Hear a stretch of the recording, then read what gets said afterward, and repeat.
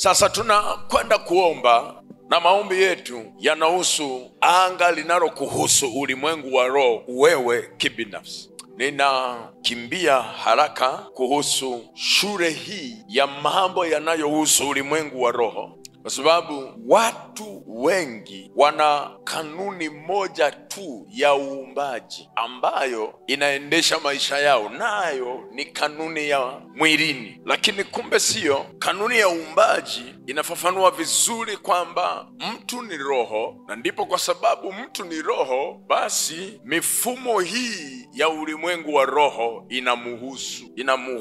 Mtu wa Mungu, tunaenda pamoja. Na utaona Yesu anakiri katika kitabu cha Luka, anasema Roho wa Bwana yu juu yangu kwa sababu amenipaka mafuta. Sawa, anataja pale masikini, vipofu, waliofungwa. Pale anazungumzia miundombinu ya anga za watu.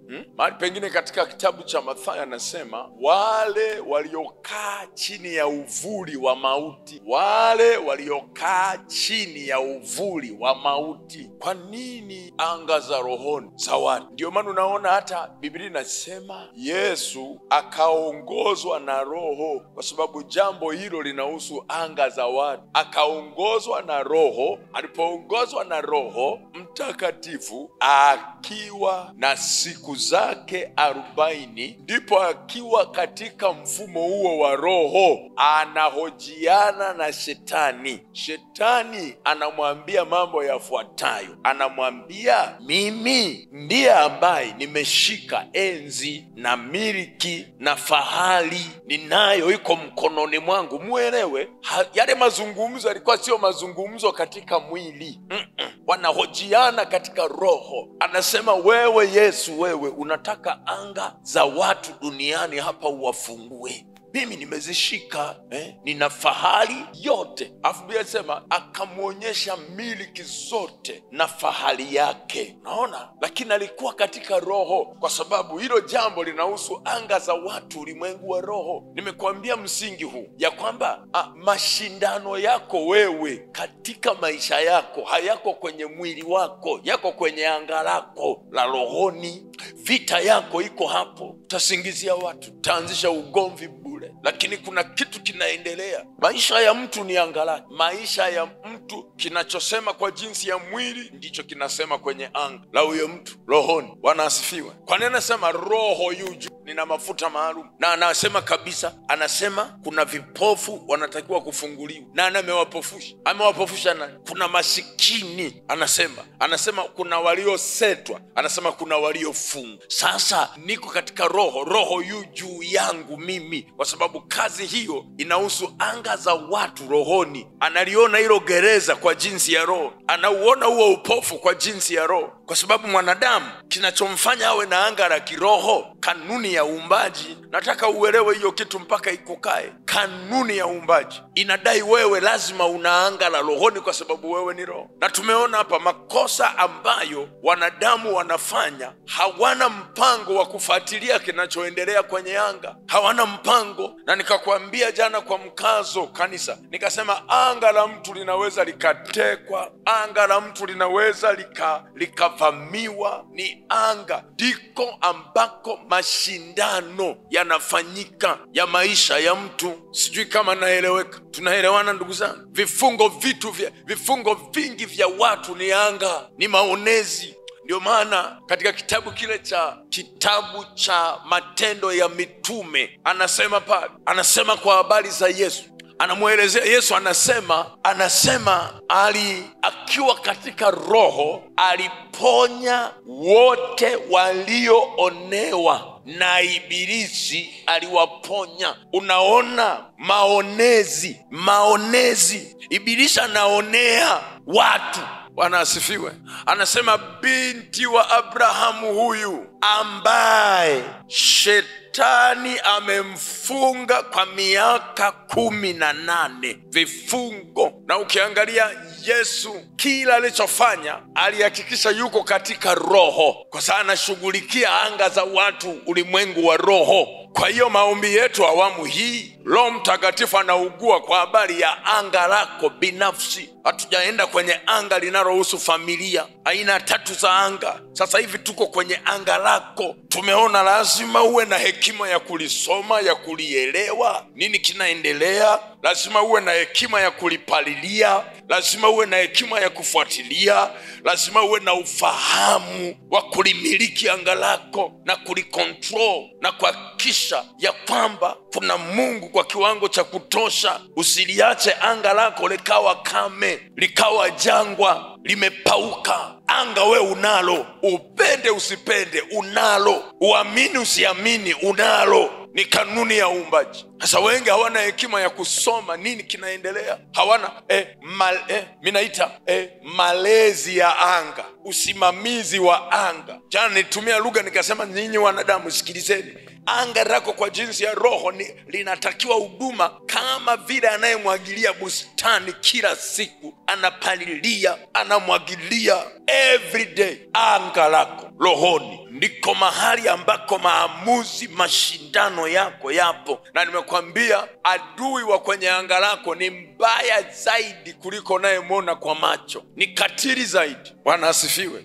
Jamani, Bwana asifiwe. Kwa nilikupa mchanganuo ya kwamba unapolisemesha anga lako, unapolifuatilia anga lako, kwa sababu ndiko vifungo vinakokaa, ndiko mashindano ya mtu yanakokaa. Na Paulo amekwambia kabisa, amesema vita yako sio ya mwili. Amekwambia katika kitabu cha Wakorintho, amekwambia silaha utakazotumia si za mwili. Bwana asifiwe. Sasa unapofuatilia anga lako, tulisema samara ya mambo 7. La kwanza tulisema unaangalia uwepo wa Bwana. Wingu la Bwana kwenye anga lako linafurika kwa kiwango gani? Umejaa Mungu kiasi gani? Kuna uwepo wa Bwana kwa kiwango gani? Kuna shauku ya wingu la uwepo wa Bwana kwa kiwango gani kwenye anga lako? Na tuseme unapofuatilia anga lako, unapolisemesha anga lako, unaanza na uwepo wa Mungu, unaanza na kicho cha Bwana, nguvu za uwepo wake, uwepo wa Roho Mtakatifu kwenye anga lako. Na hapa sio maisha ya utani ya kiroho, ni maisha ya mtu anayemaanisha kabisa. Anga lako lina uamsho wa kutosha, lina moto wa uwepo wa Bwana, moto wa kutembea na Mungu, moto wa ibada, moto wa utumishi, moto wa kujidhabihu kwa ajili ya Bwana. Anga lako linahitaji uwepo wa Bwana, halihitaji madhabahu yoyote nyingine, inahitajika madhabahu ya Mungu na wingu lake. Na ndipo unapolisemesha anga lako pia unaweza ukaona kabisa, mimi maisha yangu hayana moto wa kiroho, na tania mimi siko serious. Kwani uweze kujisoma? Najisoma tu kabisa, unaona kabisa mimi kwa kweli maisha ya kiroho sijatulia. Mimi kwa habari ya maisha ya kiroho hapana, sijadhama. Ninaabudu kweli, lakini ile hali ya kuzama nipo tu juu. Sasa anga lako linahitaji uwepo wa Bwana kwa kiwango cha kutosha.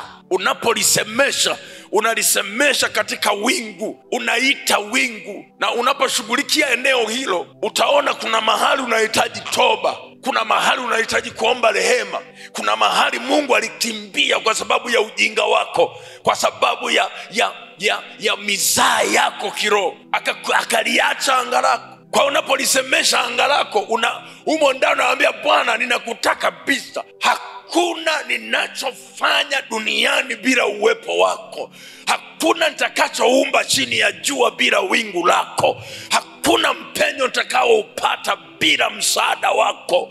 Kwenye anga langu naomba ureje. Ni muhimu sana hiyo, ni muhimu sana hiyo. Alafu ndipo jambo la pili, unapopalilia anga lako kwa jinsi ya roho na kulisemesha na kuwa na maombi special kwa ajili ya kulifungua na kulibariki na kuliinua na kulifanya upya anga lako, ulimwengu wa roho, na kulipokonya lisiwe kwenye mateka, lisimilikiwe kabisa na adui, na adui asikanyage hapo. Sasa unafanya hivyo kwa njia ya maombi. Kwa hiyo la kwanza tumesema unaanza na wingu la Bwana kwenye anga lako, moto, uamsho. Lazima ukae, urejee. Ni mtu wa Mungu naye maanisha kutaka uwepo wa Bwana. Jambo la pili, kwa faida ya wenzetu ambao hatukupata nafasi ya pamoja, jambo la pili, unashughulikia miaka ambayo Mungu amekupa duniani. Unapolifungua anga lako, jambo la pili, una monitor miaka yako, miaka ya kuishi, miaka ya kuishi. Nazungumza hapa miaka, kwa sababu shetani kwenye anga la mtu nimekuambia jana, ana target vitu nyeti, sio anaenda tu jumla, ana target vitu nyeti. Cha kwanza ni kuhakikisha anga lako ni jangwa, halina uwepo, halina Mungu. Atafanya vita kuhakikisha linakuwa kame kiroho. La pili, kuna wizi wa miaka ya mtu. Mtu anaweza kaishi duniani, hamna matunda, hamna maendeleo, hamna maono. Siku zinakwenda mpaka anazeka, mpaka anaenda kaburini, hamna kitu, hakuna alama yoyote juu yake ya maana, ingawa ameishi. Soma andiko, miaka inaweza ikaibiwa, miaka inaweza ikakatishwa. Ndipo sema shetani, yani haiwezekani Bwana, haiwezekani mizimu iniamulie miaka yangu kwenye anga langu. No. Nimekuambia jana, wanatoka tu kwa wachawi, wanasema tunamua, naiba miaka yake, tunakatisha miaka yake. Haiwezekani. Kwa lazima unapofuatia anga lako ufanye kazi ya kuisemesha miaka yako ya kwamba itatimia hii yote kama hivyo pandwa na Bwana. Anasema na hesabu ya siku zake nitazitimiza. Unaelewa manake? Kwa nini mpaka mkono wa Bwana uingie ili zitimize? Kwa sababu ziko hila zinazoweza kufanya miaka kamili ya mtu isitimie. Kwa hiyo naisemesha miaka yangu kwenye anga langu, iwe ya baraka, iwe na matokeo, na nisiibiwe hata mwaka huu. After all, Mungu anasema na miaka iliyoliwa nitakurejeshea. Sa miaka iliyoliwa nana nakula miaka iliyoliwa inaliwa. Maana yake ni miaka ya uharibifu, ni miaka isiyo na matokeo ingawa unaishi. Wengine wanasema mchungaji unasema nini? Hebu fungua maandiko nikuonyeshe kitu. Mithali sura ya 9. Umefika hapo? Mithali sura ya 9, angalia, anasema hivi, mstari wa 6. Anasema hivi.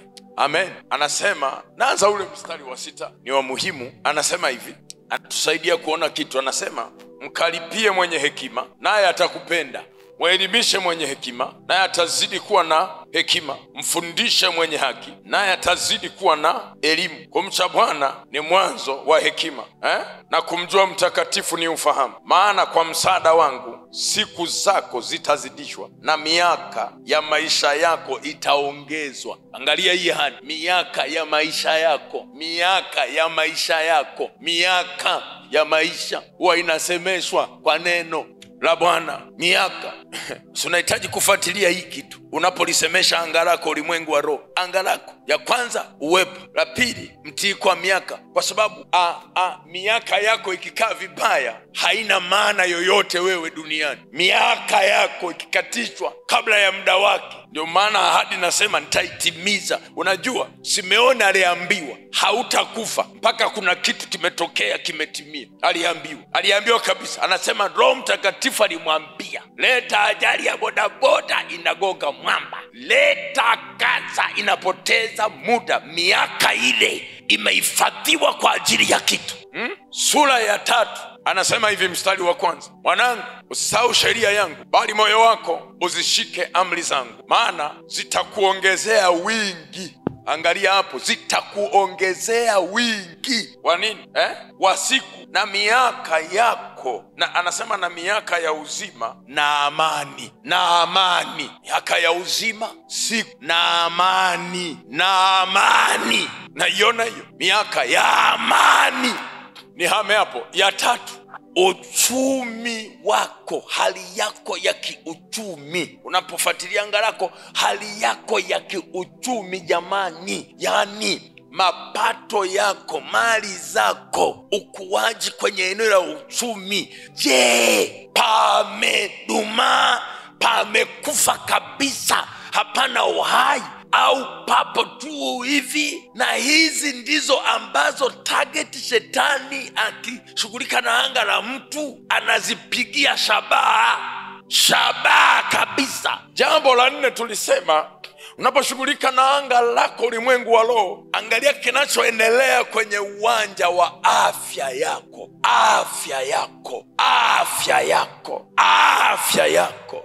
Wanadamu wa sasa hivi tunakula vitu vingi sana ambavyo sio salama. Mnanisikia watu wangu? Na vitu vingi vya sasa tunavyokula, tunaelekea kula vitu ambavyo sio original katika sura ya uumbaji. Ardhi iliyokuwa nzuri inavamiwa na makemiko na mambolea. Kuna ahadi nasema, watanena kwa lugha mpya, wataweka mikono juu ya wagonjwa nao watapata afya. Anazungumzia kitu cha rohoni pale. Watakula kitu cha kufisha, hakitakuwa na nguvu juu yao. Hila sasa anazungumza uharibifu unazuiwa kwa ajili ya baraka ya miaka ya. Kwa jambo la 4, afya yako. La 5 tulisema, angalia sana eneo lako linalohusu hali yako ya ufahamu, hali yako ya maarifa, hali yako ya hekima. Unapolisemesha anga lako, sinarudi haya. La 6, unaangalia kusudi ulilolibeba, maono ulioyabeba na hatima. Watatu hawa, yani kusudi, maono na hatima ulioibeba, wanatakiwa kutimia. Itimie hapa duniani ndani ya muda ambao Mungu amekupa. Kuwe na hali ya kutimiza. Ndio maana Biblia inasema, Yesu anasema, Biblia inasema yote yatatimia. Mungu ni Mungu wa kutimiza. Anatimiza. Vitu vyo vinatimia kwenye maisha yako. Nisema jana, usiwe na viporo. Viporo vinajaa, kichwa kinauma. Nisema mpaka ujue ushike lipi uanze lipi. Na la 7, unawekwa na Mungu duniani uwe baraka. Yani unabarikiwa ili uwe baraka. Sasa hiyo unayo au bado unaelea? Ukichukua haya, ndipo sasa unaanza kulisemesha anga lako. Wapi pana madhara? Wapi? Wewe unajua. Muulize jirani yako katika haya 7, ujui kinachoendelea? Muulize hapo, ujui kinachoendelea katika haya 7 kwenye maisha yako? Tunazungumza anga la mtu hapa. Anga la mtu lisiwe jangwa, lisiwe kame, liwe na wingu la Bwana. Wasiamue wachawi kwenye anga lako, isiamue mizimu, isikanyage, zisiamue madhabahu za giza kuhusu anga lako. Ulimiliki anga lako, ulitawale anga lako pamoja na wingu la Bwana.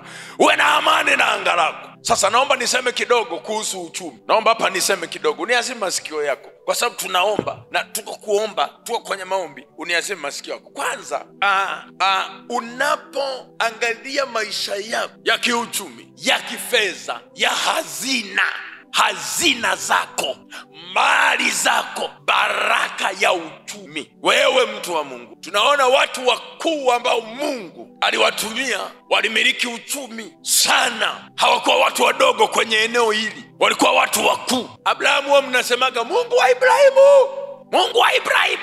Biblia inasema alikuwa ni tajiri sana kwa mifugo, kwa fedha na dhahabu. Yani Abrahamu angekuweko leo, angekuwa na kadi za visa na makadi ya ATM na magari na nini, ni vya muhimu. Unajua ni kwa nini? Ni mtu wa Mungu, lakini eneo hili la uchumi liko vizuri. Hawa ni watu Mungu aliwatumia na wana alama kubwa sana duniani. Mfalme Daudi anasema nina hazina na fedha za kutosha kabisa, dhahabu. Wanasifiwe. Kwa sababu, mwambie jirani yako, anga lako unatembea nalo. Ukienda Mbeya unatembea nalo, ukienda Shinyanga unatembea nalo. Wewe hapo ni lako. Inategemea kuna utukufu kiasi gani, na popote utakapokanyaga, kama umeelewa hekima hii, utatoboa tu. Liwe ni anga la njaa, Bwana atalitofautisha anga lako. Liwe ni anga tata, utapenya tu. Sasa kwa sababu maombi unaposhughulikia mambo haya ni vizuri uwe na ufahamu. Ni hivi, Bwana Yesu asifiwe. Bwana Yesu asifiwe. Unapotaka kulifuatilia anga lako kwenye uchumi wako, lazima uwe na taarifa za mambo yafuatayo. Lazima uwe na taarifa ya kwamba wewe kubarikiwa katika maisha ya kiuchumi, lazima uwe na taarifa hii ya kwamba ni urithi uliopewa na Mungu aliye hai. Ni urithi, ni urithi wako, ni urithi wako, ni urithi wako. Hiyo baraka ya kumiliki uchumi ni urithi kabisa kutoka kwa Mungu kwenye maisha yako. Huwezi kaja kudai hapa kama hujui kitu. Pili, lazima uwe na taarifa ya kwamba baraka ya kumiliki uchumi mimi kwangu mimi ni umiliki ambao Mungu amenipa. Taarifa, unaanza na taarifa. Ukitaka kurejesha vitu, ukitaka kudai vitu, ukitaka kufuatilia vitu, kinachofanya kazi pale ni taarifa ulizonazo. Sasa je, muombaji, lazima ujue ya kwamba baraka za kiuchumi ni urithi kwa watu wa Mungu kutoka kwa Mungu wao.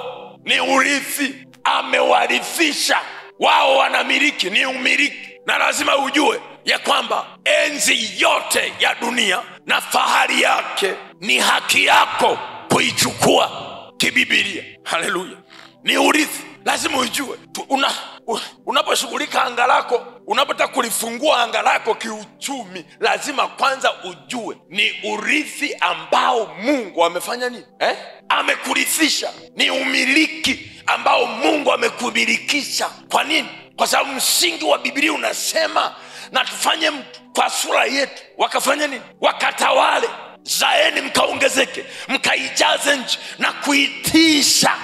Halafu Biblia inasema Mungu akawabariki, hakuwalani, akawabariki. Urithi, umiliki wa enzi, umiliki wa fahari.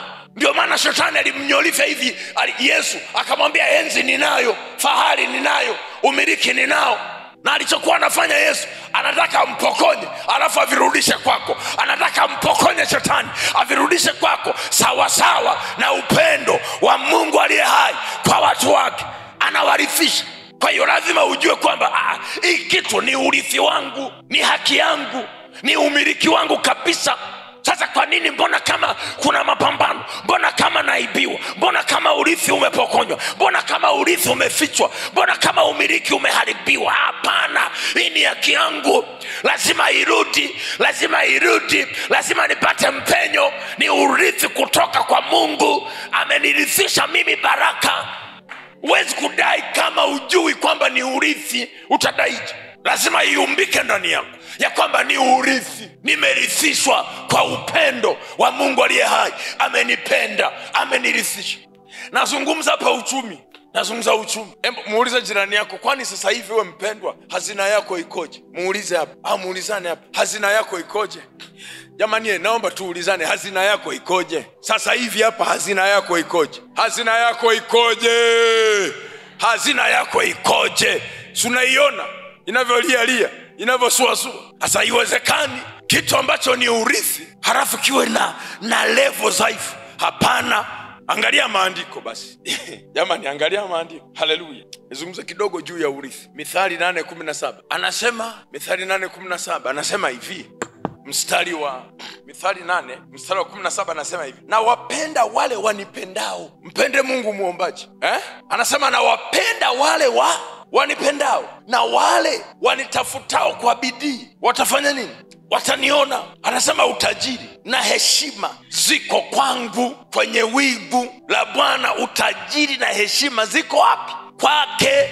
Naam, utajiri udumuo na haki pia. Matunda yangu upita dhahabu, naam, dhahabu safi, na faida yangu upita fedha iliyoteule. Natembea katika njia ya haki katikati ya mapito ya hukumu. Niwarithishe mali wale wakina nani? Wanipendao. Mali, niwarithishe mali, utajiri na heshima viko kwangu. Wale wanipendao na warithisha mali, tena nipate kuzijaza hazina zao. Angalia hii, anazungumza maisha ya uchumi hapa. Hazina zao zijae. mali zijae. Yeye hurithisha. Nataka nikwambie, Adamu alirithishwa bustani ya Eden, alirithishwa na Bwana. Aliambiwa baraka hii ni mali yako, nimekuachia, kaa hapa, ni urithi, kaa hapa. Biblia inasema eneo lile lina dhahabu njema, kaambiwa kaa hapa, nimekupa na mamlaka, wagawiwe na wanyama majina, ienzi.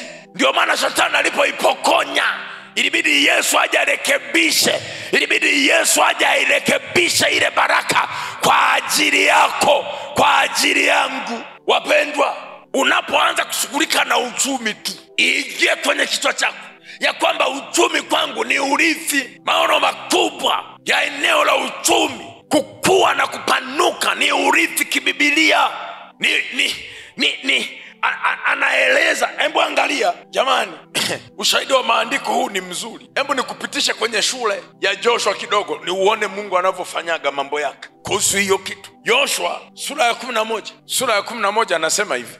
Huyu ni Joshua anasema hivi, sura ya 11 anasema hivi, ule mstari wa 23 anasema hivi: basi Joshua akaitwaa hiyo nchi yote sawa sawa na hayo yote Bwana aliyokuwa amemwambia Musa. Joshua naye akawapa Israeli kuwa urithi wao sawa sawa walivyogawanyikana kwa kabila zao. Kisha nchi ikatulia, isiwe na vita tena. Akatwaa akawapa kuwa urithi, na ilikuwa ni ahadi ya Mungu. Akawapa kuwa nini? Urithi. Kama ile ardhi ina dhahabu, ni urithi wao. Kama ni ardhi ya rutuba, ni urithi wao. Akawapa. Sura ya 12 anasema hivi, hapo chini Joshua nazungumza kwenye uchumi hapa, unapousemesha uchumi wako. Anasema basi hawa ndio wafalme wa nchi ambao wana wa Israeli waliwapiga na kuimiliki nchi yao. Yehoshafati alikuwa kwenye maombi. Sikilizeni, Yehoshafati alikuwa kwenye maombi. Angalia maombi anayoomba. Anasema Bwana Mungu anawasemelea maadui kwenye maombi. Anasema wanakuja, wanataka kututoa kwenye miliki uliotulisisha. Je, utawahukumu? Je, utashughulika nao? Je, utaingilia kati? Anadhani jeshi linakuja. Na kuna mahali akasema hatuna uwezo juu ya ili jeshi linalokuja, lakini macho yetu yanakutazama wewe. Wanataka kututoa kwenye miliki uliotulisisha. Je, utawahukumu? Anamuuliza, anatetea vitu vingapi? Miliki nani? Na urithi. Na ule urithi ulikuwa ni urithi wa kimaeneo, ardhi. Sasa Mungu alichofanya, akawatia moyo. Akasema, Yehoshafati, vita sio ya kwenu, vita ni ya kwangu. Simameni tu. Bwana akawatia moyo katikati ya maombi. Yalikuwa ni maombi yanayodai urithi, unaotaka kuibiwa, unaotaka kupokonywa na adui. Sasa vipi kwa habari ya urithi wako? Vipi kwa habari ya miliki yako? Wewe unadai, wewe unafuatilia hiyo kitu au unatoa macho tu? Yehoshafati anauliza, je, utawahukumu? Je, wanakuja kunipora, wanataka kunipokonya, wanataka kutufanya maskini, wanataka kufanya tusiwe na makazi, wanataka kutufanya tuwe fukara. Je? Bwana akaambia Yehoshafati, hiyo vita na wapigania. Biblia yangu inaniambia walipofika mnara, baada ya maombi, walipofika mnara wa kulindia, wakaona adui wamekufa. Anasema ili wachukua siku 3 kuteka nyara mali nyingi sana. Unanielewa sasa? Unanielewa? Yani badala ya kutolewa kwenye miliki na kuchukuliwa mateka, kibao kikageuka, wao wakateka mateka. Ndicho ambacho unaposhughulikia anga lako, ndipo unaposhughulikia anga lako iwe hivyo. Uteke mateka. Badala ya wewe kutekwa, uteke mateka. Badala ya miliki zako kupokonywa. Hapana. Yehoshafati alizililia kwa maombi kabisa, na yalikuwa ni maombi ya kufa. wanakuja. Uchumi wako bwana lazima uwe unakuwa. Jamani, tuache mzaa, lazima uwe unakuwa. Hazina zako lazima ziwe zinakuwa, zinapanuka. Ni urithi, na huwezi kudai kama hauna mafunuo kwamba huu ni urithi kutoka kwa Bwana. Nahitaji kupanuka, nahitaji kukua, nahitaji kuongezeka. Lazima uwe na taarifa hizo kwamba mimi kubarikiwa na maisha mazuri ni urithi. Ufunuo, Yohana aliuona wimbo. Haleluya, haleluya. Anasema nao waimba wimbo mpya wakisema, wastahili wewe mwana kondoo. Wameimba ule wimbo wafanya, kwa kuwa ulichinjwa ukamnunulia Mungu watu, na wale watu wanamiliki juu ya nchi. Wanamiliki kwa damu ya mwana kondoo, wanamiliki. Hasa ukiambiwa unamiliki nchi, unamiliki nini? Ukiambiwa unamiliki nchi, unamiliki nini? Anasema nao wanamiliki, nao wanamiliki. Ukawafanya ufalme, nao wanamiliki. Amen. Hebu tuone sababu ya wewe kupewa urithi nini? Yaani kwa nini Mungu akupe uchumi wewe? Eti yaani wewe na hela nyingi, wewe na hela nyingi sana haleluya. Hazina yako inakuwa inapanuka wewe hapa. Ziko sababu. Sababu ya kwanza ni mapenzi ya Mungu. Ni mapenzi yake wewe uwe na mpenyo kwenye eneo hilo, usiwe mtumwa. Ni nia yake. Ni yeye alitaka, alisema hivi, nenda katawale, kavitishe vyote. Ni mapenzi yake. Haleluya. Lakini pia Mungu anapozijaza hazina kwenye maisha yako, zile hazina ni mtumishi wake. Andika hiyo, zile hazina ni mtumishi wa Bwana, anazileta kwako. Kama utumishi ni zako sawa, hazina yako ni mtumishi wa Bwana. Nilikwambia jana ni kwanza ni mapenzi yake. Kwa nini akurithisha? Ni mapenzi yake wewe. Haleluya. Anataka wewe umiliki, na amekurithisha toka uumbaji. Kwa hiyo inapokuwa vice versa, lazima hapo tufunguliwe. Lazima tufunguliwe hapo. Hasa unamwona Abrahamu naona alikuwa na fedha, alikuwa na dhahabu, alikuwa na vitu vingi sana, na watumwa aliokuwa nao ni wengi mno. Biblia inasema ni wengi. Yaani kama wote hapa tungekuwa familia, ukija hapa wote, familia ya Abrahamu wote, wengine wanakamua maziwa, wengine sio wanafanya nini, wengine wanachimba dhahabu, wengine wanafanya nini. Ni tajiri, ana urithi, lakini ule urithi ni wake, lakini alikuwa anaufanya kuwa mtumishi kupitia ule urithi. Unaona, anajenga madhabahu mara kwa mara. Anatoa kwenye hazina yake, anajenga madhabahu. Anatoa kwenye hazina yake, anajenga madhabahu. Anatoa kwenye mali zake, anamwabudu Mungu aliye hai. Anatoa kwenye hazina zake, anatengeneza maagano. Anatoa kwenye hazina zake, anajenga madhabahu. Unaona? Zile hazina ni mtumishi wa Mungu. Daudi anasema, ninazo fedha nyingi, nina mali, nina kila kitu, mimi zimejaa, na kwenye hazina hii ninatoa sasa. Ndani ya hazina hii kuna vitu natoa kwa ajili ya kumjengea Bwana nini? Hekalu. Unaona, zile hazina zinafanyika mtumishi. Unaiweza hiyo? Muulize jirani yako, unaiweza hiyo? Wewe unataka kuwa tajiri, muulize, unataka kuwa tajiri? Unataka kumiliki uchumi? Ndipo mnapogombana na Mungu sasa. Hiyo hazina kuwa mtumishi atakujaza sana tu. Kama Yusufu wa Arimathaya, Biblia inasema alikuwa tajiri mkubwa. Yusufu wa Arimathaya anasema alikuwa ni mwanafunzi wa Yesu, lakini amebarikiwa ni tajiri. Ndiye alisimamia kumtoa Yesu msalabani. Wengine wote wameingia mitini, wengine wote wamekimbia, wengine wote wameogopa. Linasema akatoka mwanafunzi wa Yesu tajiri, jina lake Yusufu wa Arimathaya, akaenda kwenye mageti ya nani? Ya mfalme alikuwa anatawala pale. Akamwambia hodi, akamfungulia mlango. Unajua kwa nini walimfungulia mlango? Kwa sababu ni jitu lina baraka ya kiuchumi, wanaliheshimu katika mji huu. Alafu ni mwanafunzi, kwa taarifa yako, wa Yesu. Wanamheshimu, wanamuogopa.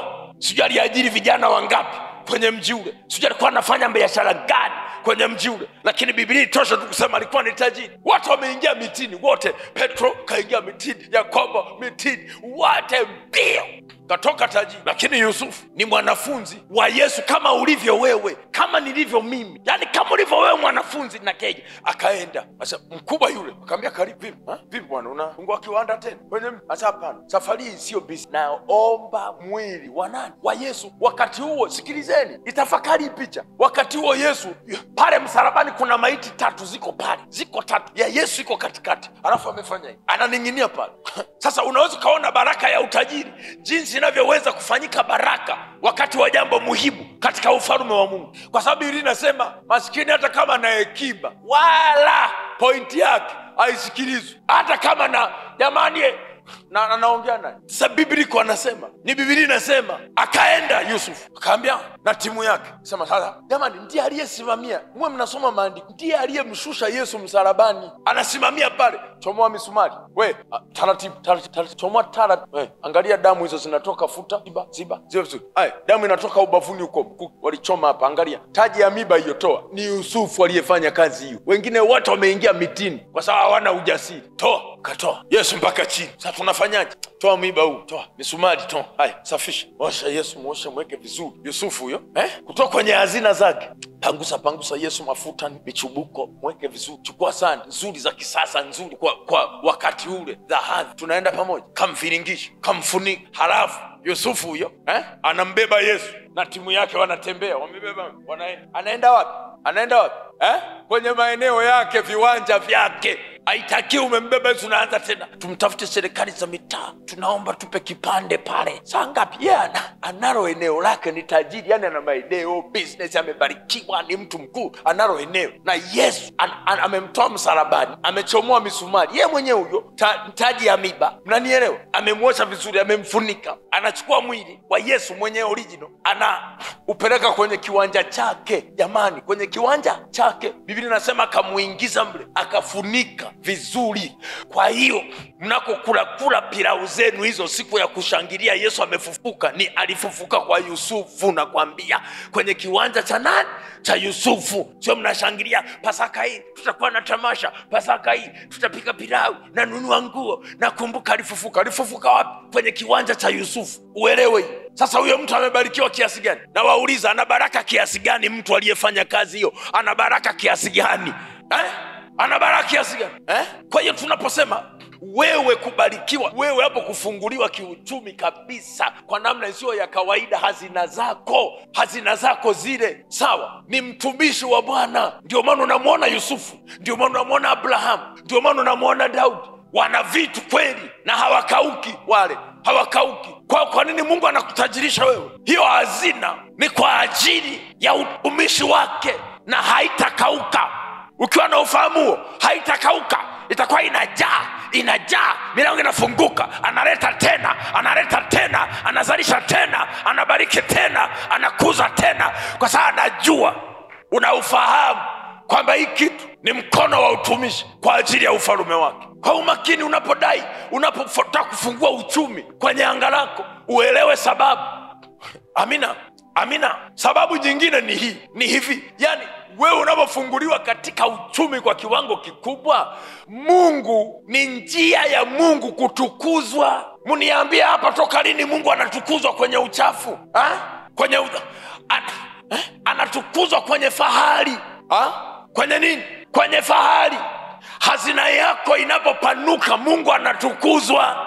Jamani, haleluya. Mungu anafanya nini? Anatukuzwa, anainuliwa. Na njia yoyote ile inayomfanya Mungu atukuzwe ni ya muhimu sana kwenye maisha yako. Anafanya nini? Anatukuzwa. Ni njia ambayo yeye anainuliwa. Maisha yako yanapopata mpenyo katika uchumi, anainuliwa. Mungu aliye hai ni njia ambayo yeye anatukuzwa, kama alivyotukuzwa kwa Abrahamu, kama alivyotukuzwa kwa Yusufu. Ndio maana roho ya umasikini ya kuifukuza kwenye anga lako kwa gharama zote. Ukatae umasikini, ukatae, kwa sababu utashindwa kumtumikia Mungu, utashindwa kudhihirisha utukufu wake. Niliwaambia maskini kifungo cha umaskini kinaambatana na maneno mengi. Niliwaambia maneno yanakuwa mengi, kesi nyingi kweli. Kesi. Hilo gari la nani? Limepita. Cruiser la nani? Hiyo gorofa la nani? Wanalinga. Yani toka wamenunua hii gari hawasalimii. Yani yule toka amefanikiwa, yani anatuona wenzake. Yani basi yote maisha. Kesi nyingi roho ya umaskini kiwe. Kesi nyingi. Hata hapa bahati mbaya tu. Inafundishaga sana. Hata bahati mbaya tu. Sijamsalimia. Napita sijamsalimia. Unaona anadharau yani basi tu dharau. Alafu wanaongea wenyewe kimakundi, matajiri hao. Roho ya umaskini inaletaga kesi ambazo hazipo. Mnanielewa? Ni roho kabisa ile. Kesi hajaje kuniona, wana dharau. Si niko chini bwana. Ndio hivyo. Wa chini ni sisi wa chini. Usifikiri ni sifa. Unaitukuza hiyo roho. Unafanya nini? Unaikuza. Ni kifungo hicho. Umaskini sio kuuzoea. Ni kwa kufukuza kabisa kwenye anga lako. Hebu mwambie Bwana, naomba hekima kwenye eneo hili. Naomba mpenyo kwenye eneo hili.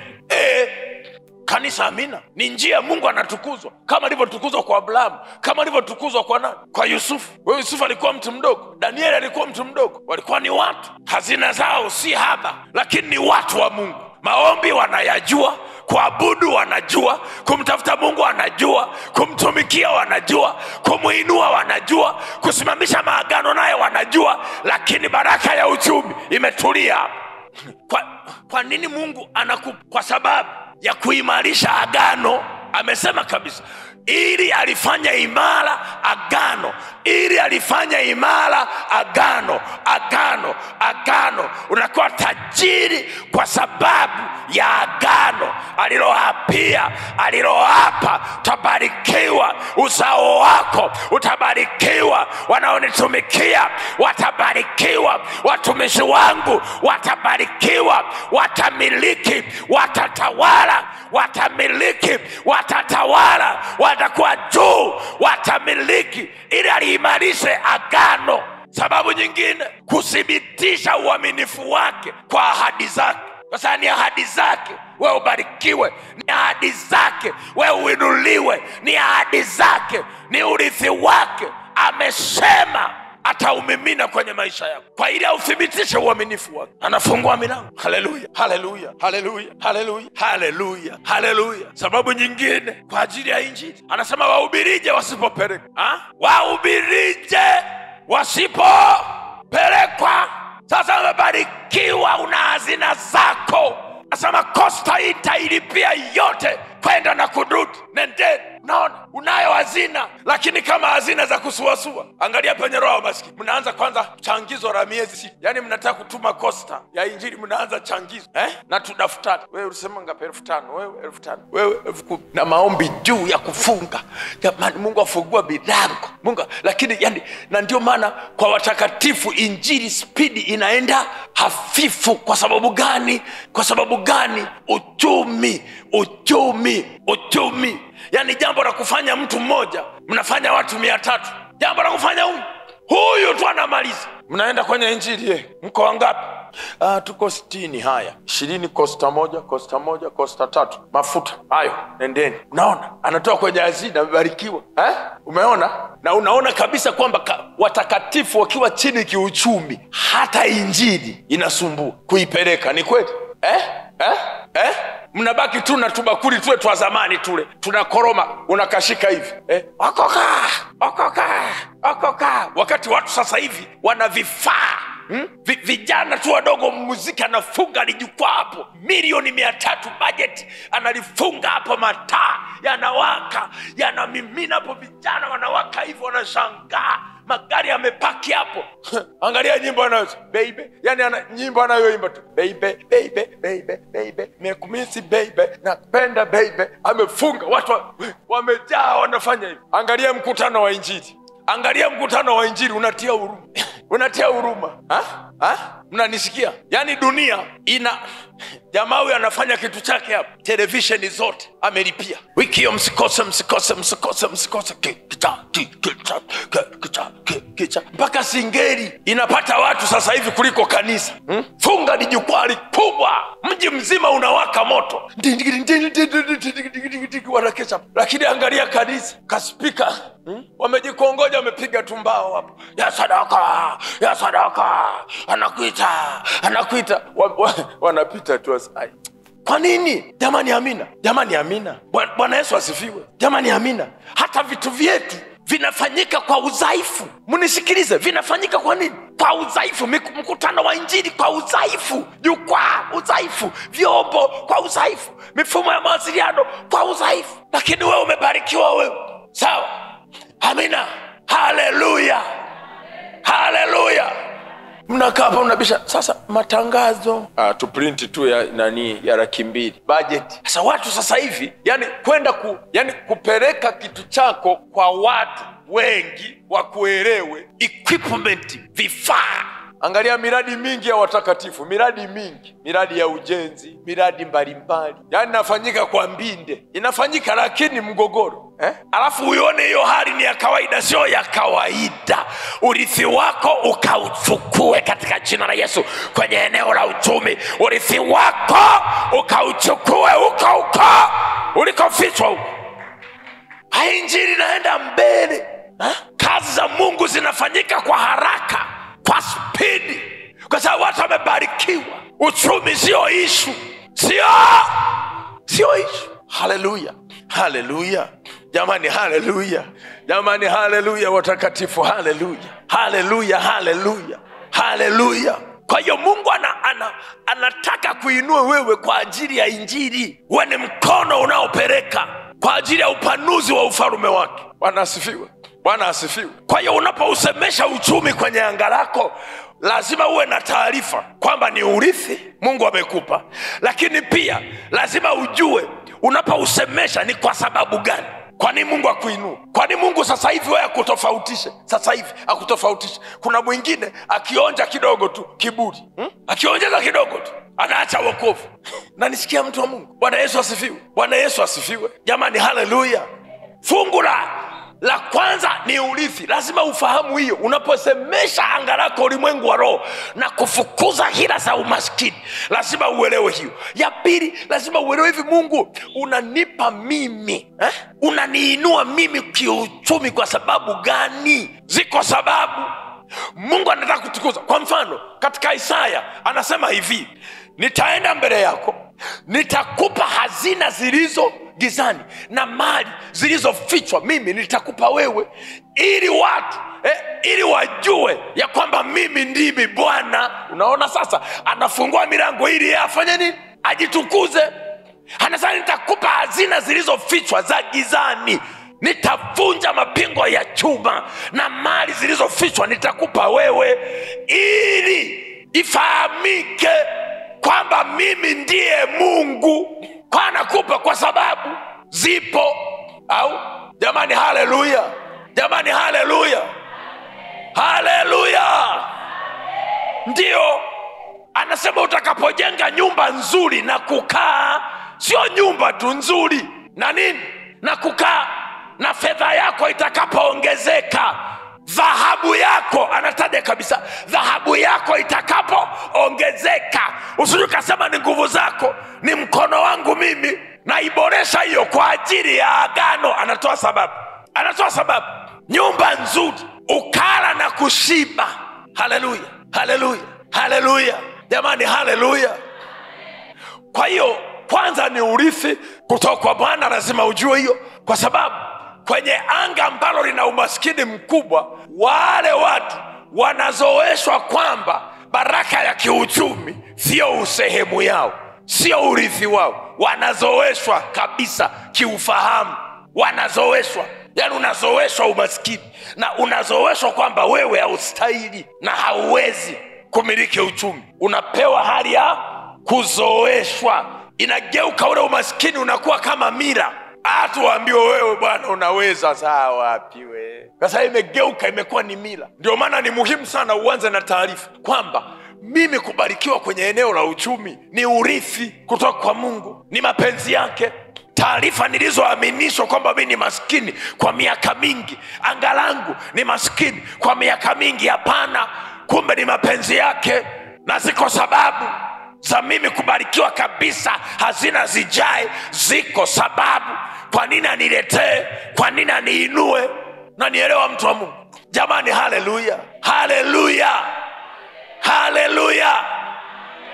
Na eneo la tatu, tabia ya mtu anayebarikiwa na kumiliki uchumi. Fungu la tatu ni kazi za mikono. Kazi za mikono zimetamkiwa kwa neno. Anasema nitabariki kazi za nitabariki kazi za. Kwa nini kazi za mikono? Kwa sababu kazi za mikono yako ndiko ambako unaweka utaratibu wa vyanzo vya mapato. Chanzo cha mapato ya mtakatifu vinaweza kuwa hata 20. Ni mafunuo tu, sio kimoja. Hasa anasema nitabariki. Unaona tamko la kiungu kwenye kazi za mikono kwa ajili ya kubarikiwa. Kanisa, tunaenda pamoja jamani. Kwa nini Mungu akukumbuke wewe? Natoka tu kunasema bwana, kuanzia leo tutakuwa tunahubiri televisheni 3. Nimelipia mwaka mzima. Unaona? Anatoa kwenye nini? Kwenye hazina. Jamani, sasa tutafanyaje? Haina shida. Wataalamu hapo, kamera hapo. Umeshalipwa. Ni kuchemka tu, praise jipange vizuri. Tutakuwa kwenye television. Televisheni 3 4 na maredio. You see? Kwa hiyo unakuta watakatifu wakifunguliwa katika eneo hilo, uwezo wao wa kumiliki na kutawala na kufukuza giza pia unakuwa mkubwa. Unakuwa mkubwa. Bwana asifiwe. Bwana asifiwe. Uwezo wa kufukuza giza unakuwa nini? Unakuwa mkubwa. Giza linakimbia mchaka, linapigwa mchaka. Watakatifu wako busy, mara leo programu hii, mara kesho ile, mara kesho kwenye TV, mara kesho kwenye radio, mara kesho sijui. Ni mchaka.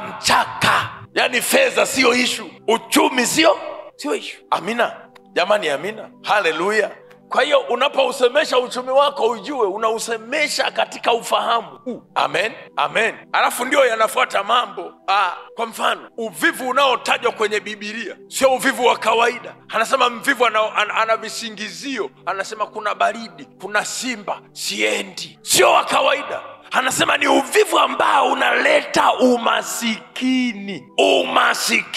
Hata kazi za mikono yako zina tamko la neno la Mungu.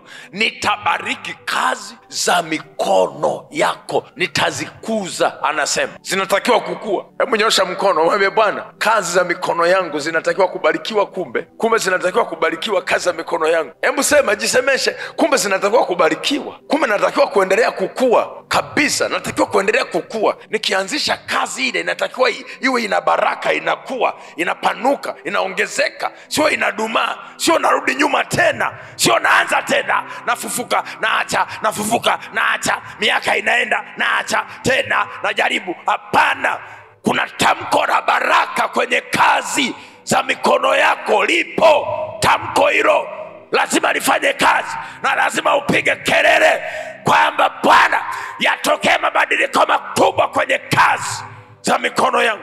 Na kazi za mikono yako zinapataje mpenyo? Zinapata mpenyo pale ambapo unaelewa sababu za kiungu. Kwa nini Mungu afungue milango ya kiuchumi kwenye maisha yako? Anafanya. Nakumbuka kabisa ya kwamba uchumi unaodumaa lazima uhojiwe. Uchumi unaodumaa kwa mtu wa Mungu lazima uhojiwe. Lazima ufanye nini? Uhojiwe. Lazima uhojiwe kiroho, lazima uhojiwe. Kwa nini haukui? Kwa nini haupanuki? Why? Kwa nini haukui? Kwa nini hapa kuna roho ya kudumaa? Usichukulie tu ni kitu cha kawaida. Miaka 2, 3, 4, 5 kitu kile kimedumaa pale, wewe una amani tu, unacheka, unaona tu. Hapana, kwa sababu kazi za mikono zina baraka, zinatakiwa kupanuka, kukua. Haleluya jamani, haleluya. Hazina yako haipaswi kuduma. Sasa kweli wewe jamani, amina. Kibibilia ni hivi, nyanya zangu hizi, sawa jamani, mnanisikia? Nyanya zangu hizi nimepanga mafungu. Fungu la kwanza, fungu la pili, fungu la tatu, fungu la 4, fungu la 5, fungu la 6, la 7 nauza pale. Mafungu ni yale mwaka wa kwanza, mwaka wa pili niko pale, wa 3, wa 4, wa 5 niko pale. Halafu najisikia vizuri, naona ni hali ya kawaida. Mimi nasema kwa mujibu wa neno la Mungu sio kawaida.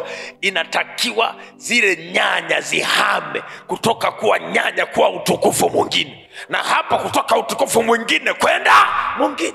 Ndio kanuni, ndio. Na kwa nini ukuaji unahitajika? Ziko sababu za kiungu kwa nini kupanuka kunahitajika kwenye eneo hilo. Ziko sababu za msingi kabisa, mnanielewa? Za msingi. Nikianzisha hii ibadilike kuwa kitu kingine, ibadilike tena na tena na tena na tena. Ndio maana Mungu anatamkia baraka hizo kazi. Anatamkia kwa ajili gani? Kwa ajili ya kupanuka kwake na kuongezeka kwake na kukua kwake. Tamko la kiungu ni kwa ajili ya kukuza baraka, au jamani? Amina. Na kwa mpenda kubarikiwa ni muhimu sana.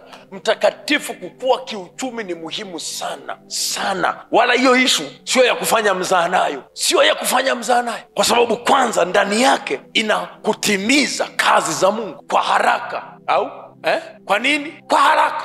Bwana asifiwe jamani. Haleluya, haleluya, haleluya, haleluya. Na haiwi na watakatifu wakifungua kwenye eneo hilo na kukua na kupanuka, kwa sababu anajua utumishi huu, baraka hizi ni kwa ajili ya kupanua wingu la Bwana duniani. Na kuambia Mungu anakuwa anafungua tu, zinakuja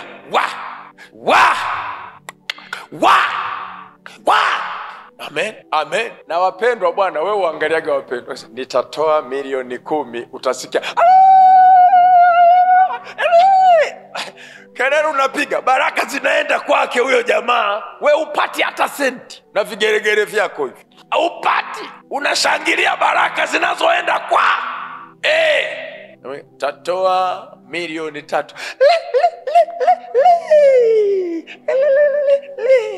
Ila wewe fanyaga hivyo, ila baraka zile hata sumuni upati zinaenda kwa unajua mahesabu. Bwana asifiwe. Ndio maana kwenye maombi haya mwambie Bwana kabisa, Mungu mimi naomba nipe hela nyingi kwa ajili ya kuwa mtumishi wako. Naomba nipe hela nyingi kwa ajili ya kuthibitisha uaminifu wako, kwa ajili ya agano, kwa ajili ya ziko sababu.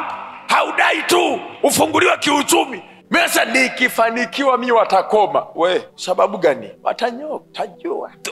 Kuna sababu za kibibilia ambazo unapoongea na Mungu akuhurumie kiuchumi zinaeleweka, na atakujia, atakuhurumia, na kuna kitu kitatokea. Sipo, lenga umo. Kwa hiyo unapolisemesha anga lako ulimwengu wa roho kiuchumi, ulielewe. Na sasa unaweza kaona kwamba kwa nini shetani anafanya vita na uchumi wako kwenye anga lako. Kwa sababu anajua utamtumikia Mungu, anajua utapeleka injili, anajua utanunua speaker, anajua utarekodi, utapeleka kwaya kurekodi, wewe itaimba, utapeleka kwenye studio, anajua, au anajua utapeleka wa missionary. Kwa hiyo dawa yake kwenye anga la huyu, kama atauchumi kanisani, muache aende kusali. Kusali haina shida, ila uchumi kusali haina shida. Kusali muache, lakini uchumi funga ujo. Huyu kwa sababu akijenga nyumba ya maana kwenye mji huu, ataufungua mji huu kihistoria, ataufungua. Hakuna mtu aliyewahi vuka mpaka huo kwenye mji huu kama atauchumi. Kwa unapousemesha uchumi jamani, unaposemesha uchumi wako, kuna hoja za msingi na Mungu atafanya. Mnanielewa jamani? Mnanielewa? Haleluya, haleluya.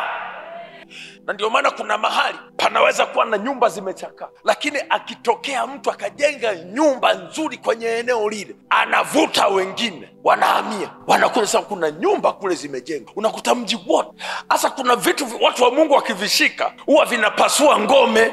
Kuna vitu watu wa Mungu wakivithibitisha kwenye mitaa, kwenye ukoo, kwenye familia, vinapasua ngome. Ndiyo, vinapasua ngome. Nyumba yako ile itapasua ngome, uchumi wako na utapasua ngome. Ndio shetani kwenye anga lako anakuletea maruelue na unaona ni kawaida. Amka bwana, kuwe na mabadiliko kuanzia sasa, kuwe na mabadiliko kuanzia sasa. Anajua kabisa ili kibarikiwa ili taanza kusupport kwaya. Ana moyo mzuri sana huyu. Huyu ana moyo mzuri, atapeleka kwaya studio. Unasikia bwana? Nendeni studio. Sare hizo hapo. Haya imbeni. Mnaenda wapi?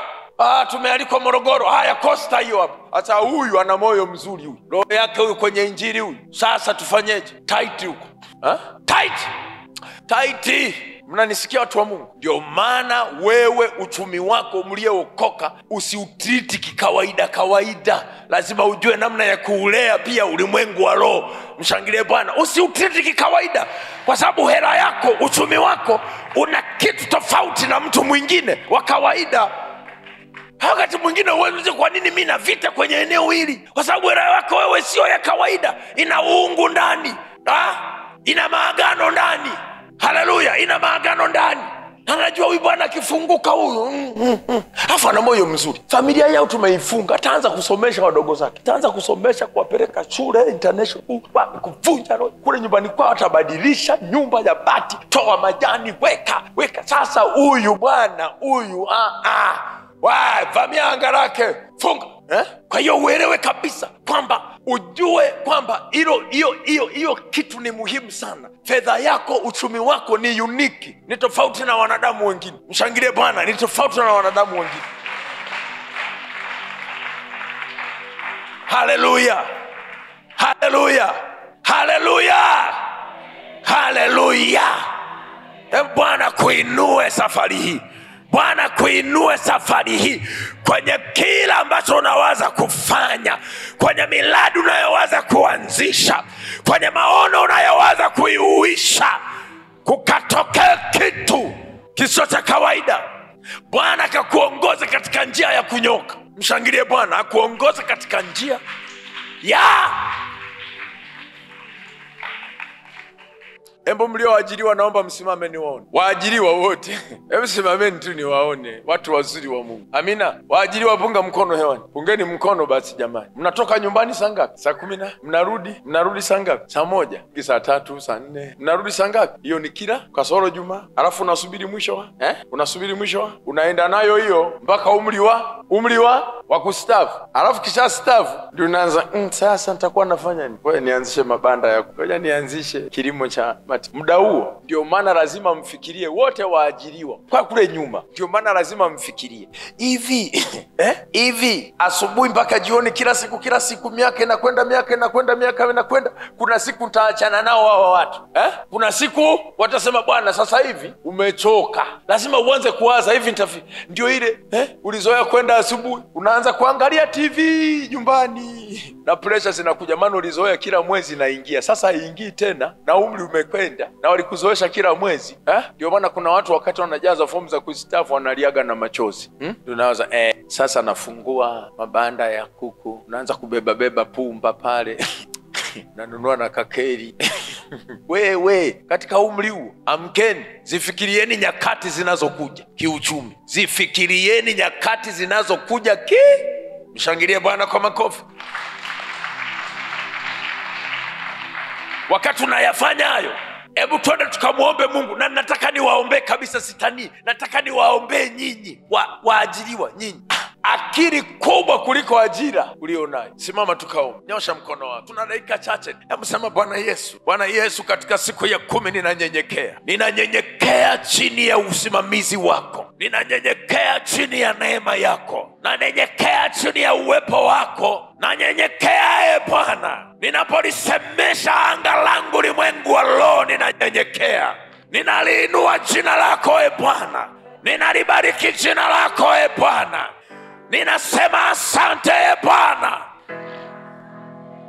Jioni ya leo ninatamka wazi ya kwamba anga langu umelifungua.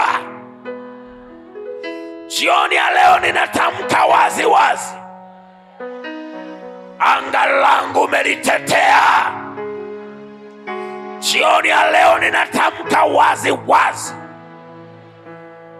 mambo makubwa yanatokea.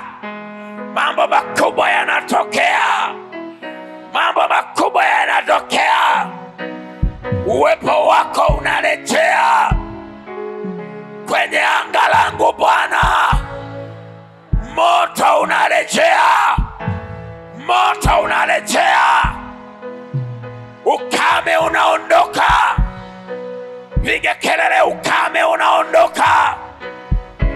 Jangwa linaondoka kwenye anga langu. Jangwa linaondoka. Jangwa linaondoka. Ukame unaondoka. nimeukataa, nimeukataa.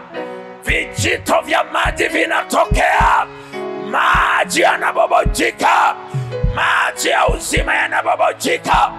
Anga langu lina maji, maji ya uzima, lina uwepo, lina uwepo, lina uwepo. Naiona hiyo baraka, nauona huo muujiza, naiona hiyo neema kwa jina la Yesu, kwa damu ya Yesu. Nauona uwepo. Jangwa linaondoka kwenye anga langu, roho ya ukame. Hakuna ukame, hakuna ukame, hakuna ukame kwenye anga langu. Hakuna ukame, hakuna ukame. Bwana unanisaidia, hakuna ukame, unanitetea.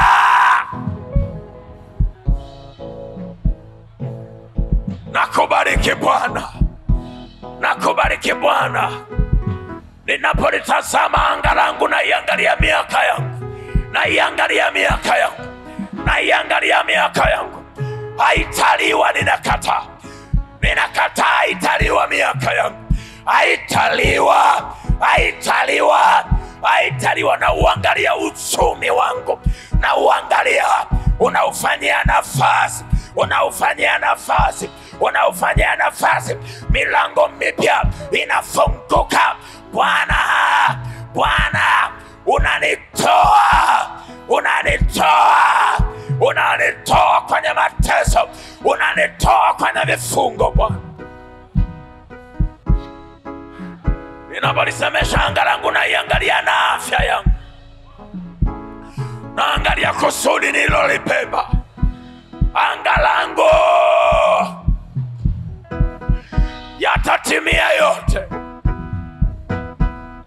yatatimia yote, yatatimia yote yaliyokusudiwa, yatatimia yote, yatatimia niliyoyabeba, niliyoyabeba. Nasema na anga langu, nasema na anga langu. Enyi wakuu wa anga, na walaani jioni ya leo kwa ajili ya anga langu. Navunja kazi zenu, navunja operesheni zenu kwa jina la Yesu. Nazivunja kwa jina la Yesu, nazivunja.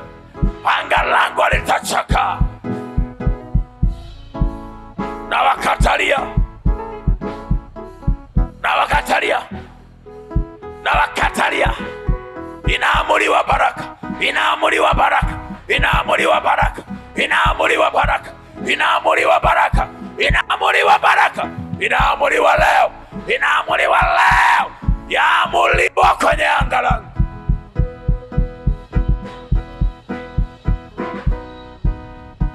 Taja kimoja baada ya kingine, taja vizuri, taja vizuri kabla hujatoka, taja vizuri katika jina la Yesu.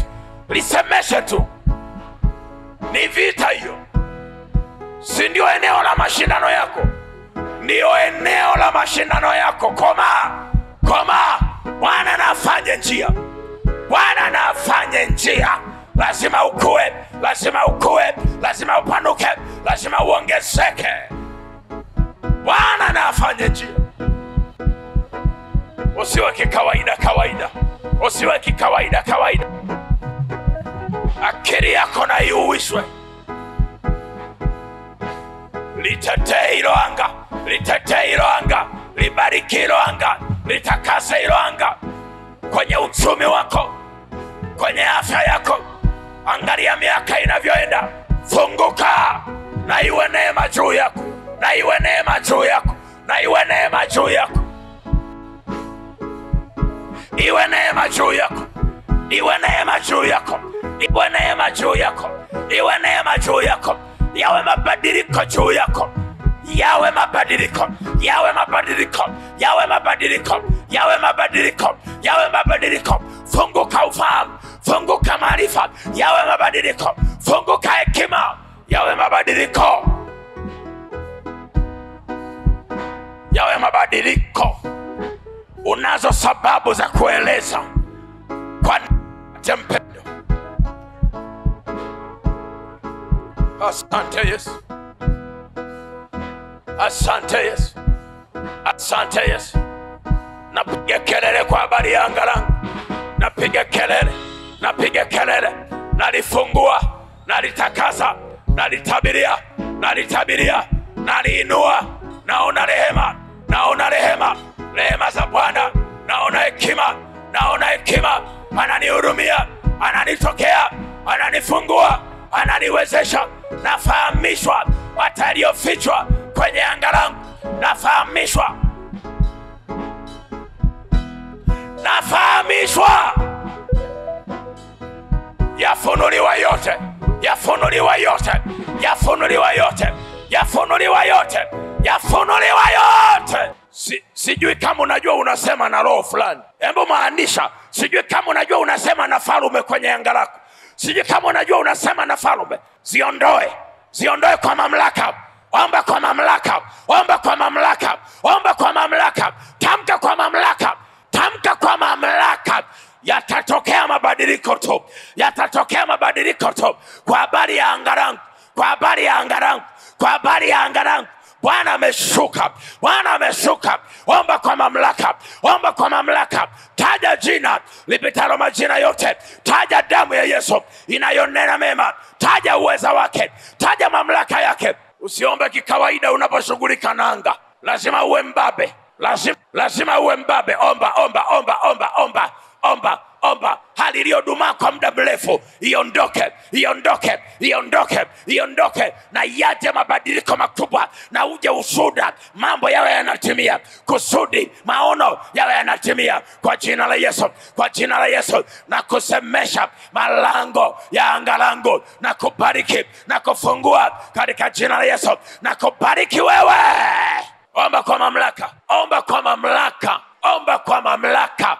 Ondoa kwa mamlaka. Kuna kitu nakijua kwenye anga lako, usikibembeleze. Kuna kitu nakijua kimekusumbua muda mrefu. Kuna kitu nakijua kwenye anga lako. Fanya vita, fanya vita, fanya vita, fanya vita. Piga kelele, fanya vita, fanya vita, fanya vita. Atangazie ya kwamba Bwana amekutokea. Tangaza ya kwamba Bwana ameingilia kati. Sitadumaa, sitachakaa kwa jina la Yesu, kwa jina la Yesu. Piga kelele, piga kelele. Hilo anga linafunguka. Hilo anga linafunguka. Hilo anga linafunguka. Hilo anga linafunguka katika jina la Yesu. Hilo anga linafunguka. Hilo anga linafunguka. Hilo anga linafunguka. Hilo anga linafunguka. Hiyo roho inaachia.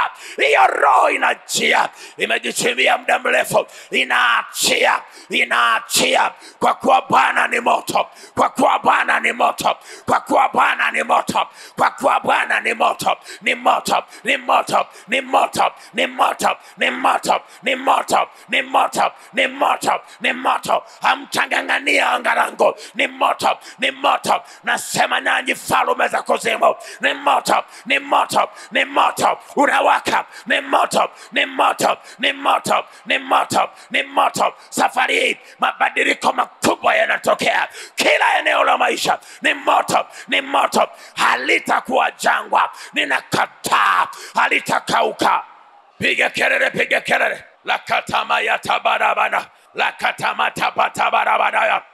Toka, toka, toka, toka, toka, toka, toka. Wewe roho ya mauti. Toka, toka, toka. Wewe udhaifu. Toka, toka, toka.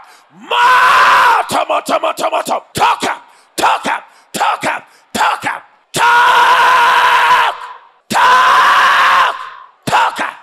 Toka. Acha kumtesa. Acha kumtesa. Endelea kuomba, endelea kuomba, endelea kuomba. Acha kumtesa. Acha kumtesa. Acha kumtesa.